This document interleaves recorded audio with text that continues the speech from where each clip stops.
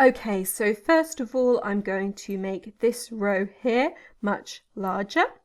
Then I'll select these cells and go to Insert and insert Sparklines. The location range is already selected and the data range is this range here, and OK. And now you can see we have little charts in each of these cells. If I select all of it, this tab called Sparkline pops up and I can now change the way these sparklines look. So for example, I can change the horizontal axes from the general axes type, which is when the numbers are just plotted in the order that they appear, to a date axes type. And then I can select these dates here and OK. And now for each of these charts, the y-axis data is the numbers in the column just above the chart. And then the x-axis data is the same for all of these charts, and it's the dates in this column. Now if I select all of these charts again, I can go back to Sparkline and add in markers. I can then change the colour of the markers, and I can also change the colour of the line. So if I make it white, we get something that looks a little bit more like a scatter plot. And I'll now compare this with an actual scatter chart.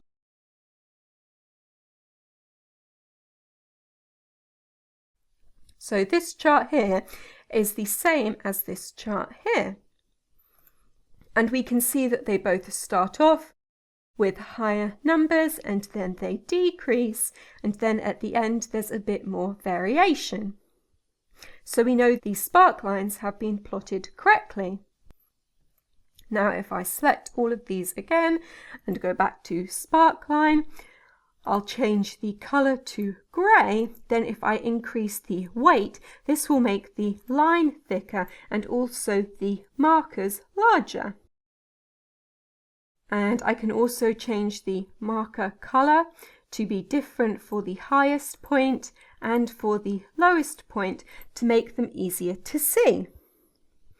Now, at the moment, the maximum and minimum of the y-axes for each of these charts is different, and it's based on the data in the column above it.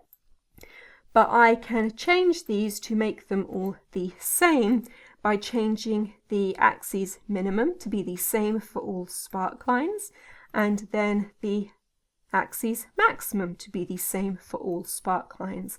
And now we have a different sort of comparison between all of the charts. I can also choose my own custom value for this. So for example, I will change the maximum to be 1,000, and then you can see all of the data gets squashed downwards. Then if you want to delete these sparklines, you can't just press delete on the keyboard because it won't do anything. You need to go up here to clear and then clear selected sparklines. And now I'm going to create a sparkline which looks a little bit more like a chart with some fake axes and a title. So I'll start off by making just one sparkline, go to Insert and insert a sparkline. The data range this time is just this column here, and OK. Then change the axes to the date axes type and select these dates here, and OK. Then give this markers and make the marker colour a dark blue. Change the sparkline colour to a light grey and increase the weight a little bit to 1.5 points. Then I'll put a title in here by typing equals and selecting the cell with the column heading and enter. You can type whatever you want into this cell and it won't affect the sparkline. I'll make this align to the top and the center to make it look more like a title. Next, I want dates for the x-axis, so I'm going to work out what dates I need them to be. The first date is this one here, and the last date is this one here. Then I'll take the last one and minus the first one to work out the number of days I have. And then I need something that 18 can be divided by. So I am going to use 6 and just add 6 on in order to get from the first date to the last date. So these are the 4 dates that I want in the x-axis. So I'll drag this down now and copy it. I'm going to type in each date and then press Alt-Enter, which is the keyboard shortcut for a line break.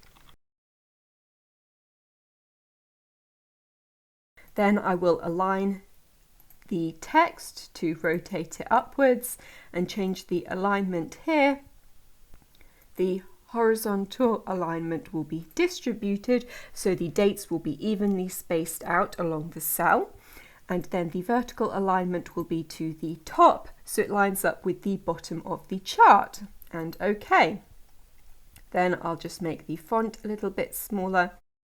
And now you can see we have something that looks like an axis.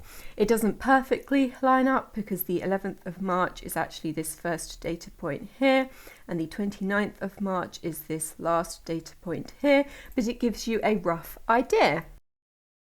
Now for the y-axis, the maximum and the minimum depends on the maximum and the minimum of this data here. So I'll start by finding the maximum by selecting these cells and enter. Then I also want the minimum in here. So in order to have 2 formulas in a cell, I need to join them using the AND symbol. And I want the minimum, and I'll just type in the cell references and enter. Now to start with, this looks like gobbledygook, but that's because the 2 numbers have been put side by side with nothing in between. We need to add in a space up here, and I'm going to do that using the character formula to add a line break. Then I'll change the alignment of this cell, and this time the vertical alignment will be distributed and the horizontal alignment will be to the right, and OK.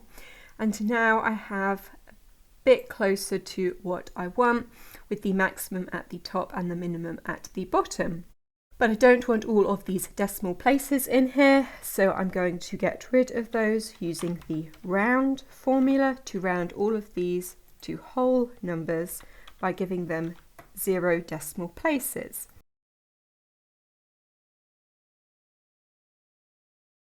Then decrease the font size a little bit, and now we have the y-axis. I'm just going to add a border to this chart.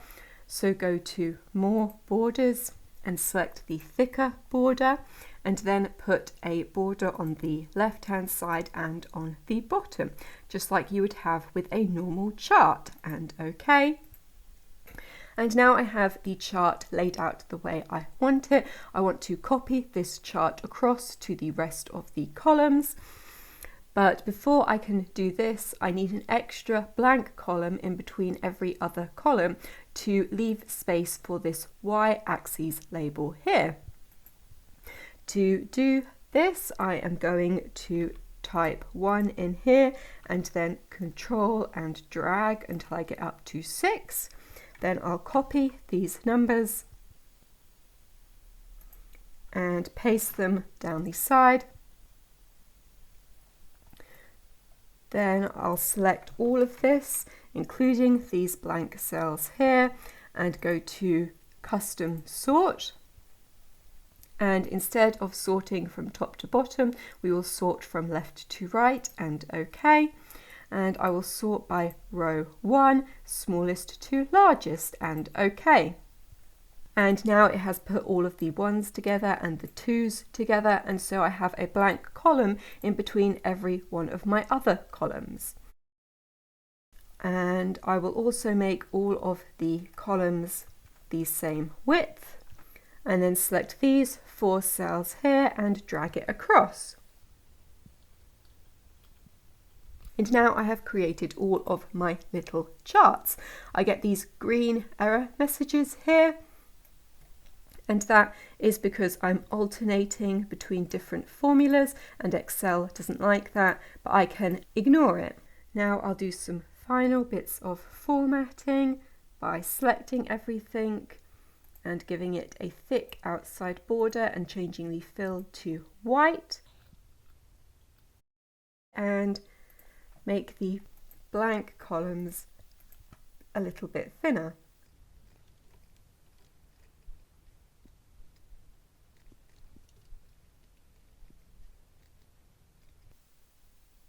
And now I have everything laid out the way I want it, with little charts laid out side by side. And the data in these charts comes from the numbers in the column above it. Okay, so in this video I have shown you how to create panel charts in Excel using Sparklines, and that is everything.